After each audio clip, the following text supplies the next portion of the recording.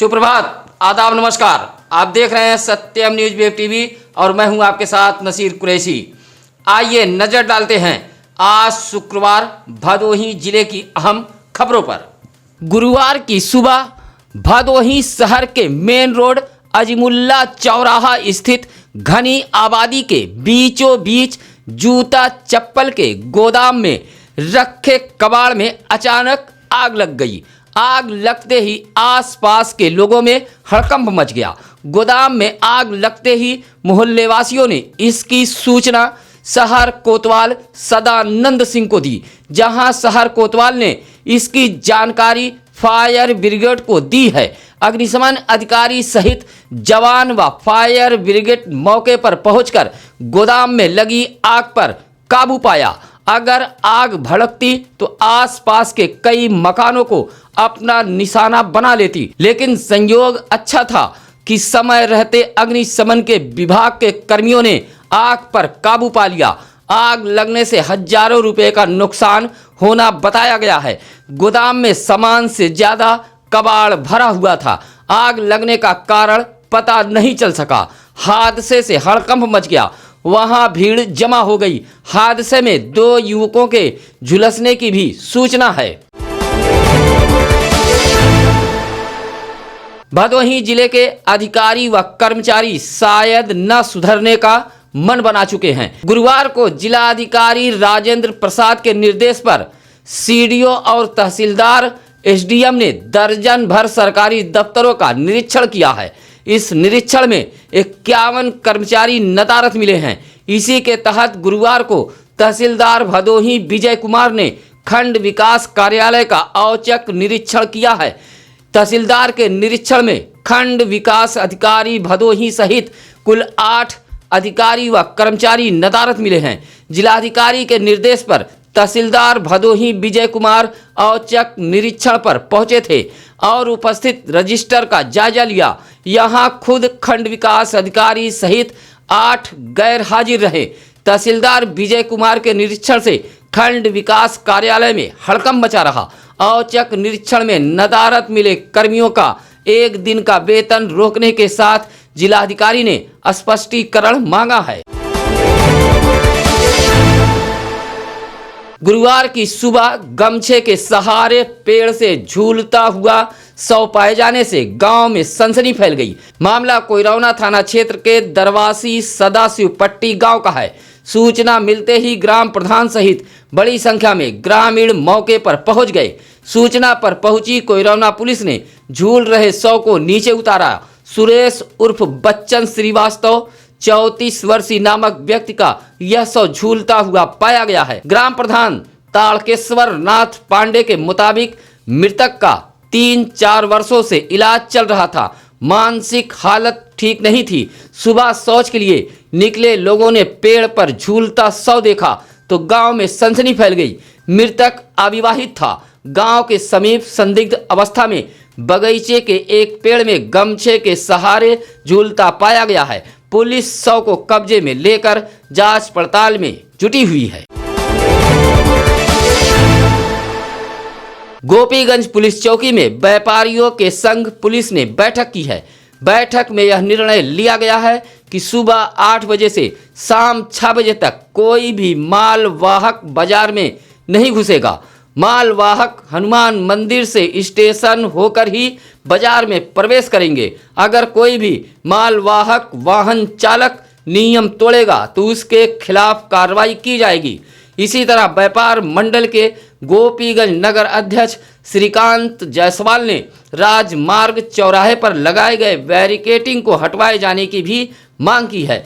बैठक के दौरान पालिका अध्यक्ष प्रहलाद दास गुप्ता ने व्यापारियों के अन्य समस्याओं को लेकर भी चर्चा की है। इस बैठक में डॉक्टर घनश्याम दास गुप्ता, रामाकांत, ज्ञानेश्वर प्रसाद, अनीस जायसवाल आदि लोग मौजूद रहे।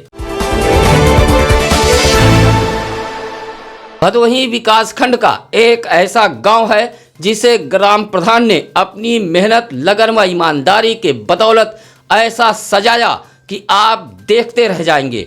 यह ग्राम सभा है लखनपुर उर्फ अभयनपुर। यहाँ के ग्राम प्रधान पूर्व सैनिक है तथा नाम शीतला प्रसाद पटेल।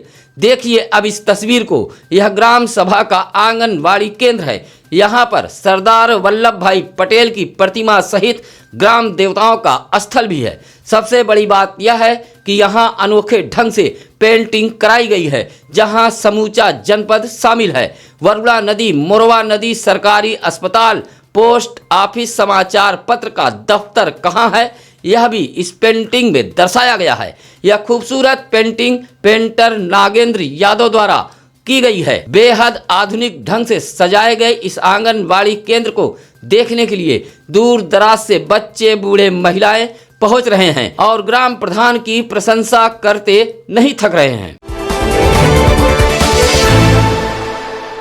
हल्की बारिश के बाद कई गांव के सड़कों की हालत बद से बदतर हो गई है। जल निकासी की व्यवस्था न होने से गांव की सड़कों पर पानी लग गया है। ऐसी ही कुछ तस्वीरें आई हैं ज्ञानपुर विकासखंड के ग्राम सभा पूरे रजा से, जहां 2 दिन पूर्व हुई हल्की बारिश से 100 मीटर खस्ता हाल सड़क पर भीषण जल जमा हो गया है, जिससे हालत नरकी हो गई है। ग्राम सभा में जल निकासी की व्यवस्था नहीं है। ऐसे में घरों व दुकानों से निकलने वाला पानी भी सड़कों पर बहता रहता है, जबकि इस रोड पर हमेशा आवागमन रहता है। शहर कोतवाली इलाके के पिपरिस आधारपुर गांव में घर के समीप उपली पाथने सहित पशु बांधकर अतिक्रमण का विरोध करने पर गांव के ही कुछ लोगों ने मारपीट कर महिलाओं को घायल कर दिया है। इस मामले में पुलिस ने भदोही कोतवाली में मुकदमा दर्ज कराया है।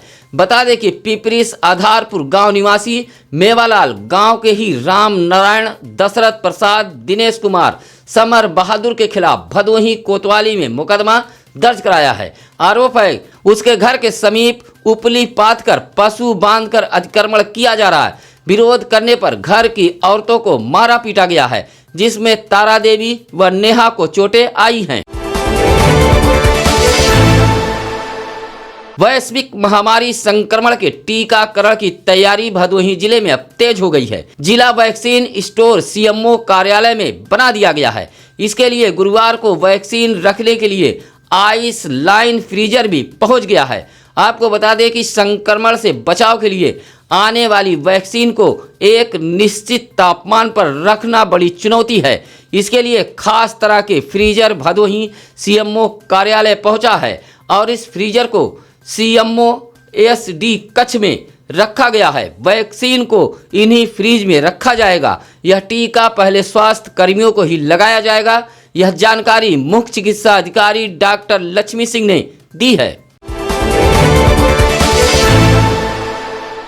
भदोही जिले का एक ऐसा गांव है जहां लोग मजबूरी में मजदूरी करने को विवश हैं। इस तस्वीर को गौर से देखिए। यह तस्वीर है औराई विकासखंड के ग्राम सभा भरतपुर की।